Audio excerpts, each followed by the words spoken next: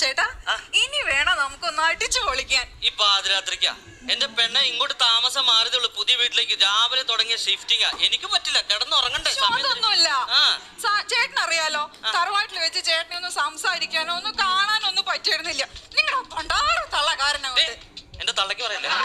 ഓ എന്റെ അമ്മായിമ്മ ആ നരകത്തിന് ഇങ്ങോട്ട് വന്നപ്പോഴേ എനിക്ക് സമാധാനായി.